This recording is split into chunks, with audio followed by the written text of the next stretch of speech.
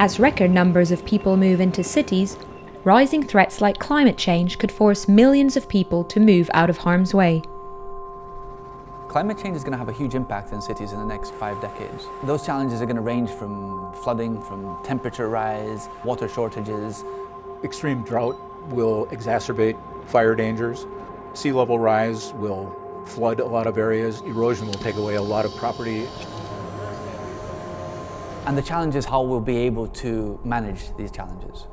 So far, cities have shown to be extremely resilient, and therefore speculating about how we would eventually deal with having to give up entire cities is really something where we can't take any lessons from the past. To prepare for this challenge, some Americans are already on the move to so-called climate havens. The American city of Duluth in Minnesota claims to be one.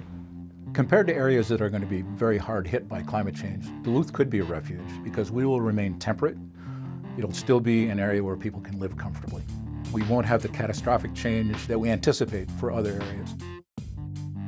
Duluth at one time had quite a few more people than it has now, and we could regrow into that size that we once were. We do have the stability of the lake and the natural resources to provide an economic base for people to come and find jobs.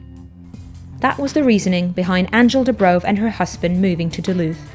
One of the main reasons we moved to Duluth 2 years ago was it feels like a really good place to ride out the changes that are coming because of climate change. I've heard there's places in the West that are already, people are buying and shipping in barrels of water to live. I don't want to live like that. When you see Lake Superior, it really does give you peace of mind. It is an insurance policy against running out. If you don't have access to fresh, good water, really you have nothing. But other residents have doubts about their city possibly welcoming an influx of climate refugees. I've been living in Duluth for about 70 years, and I love the historic architecture and the character of our seaport town.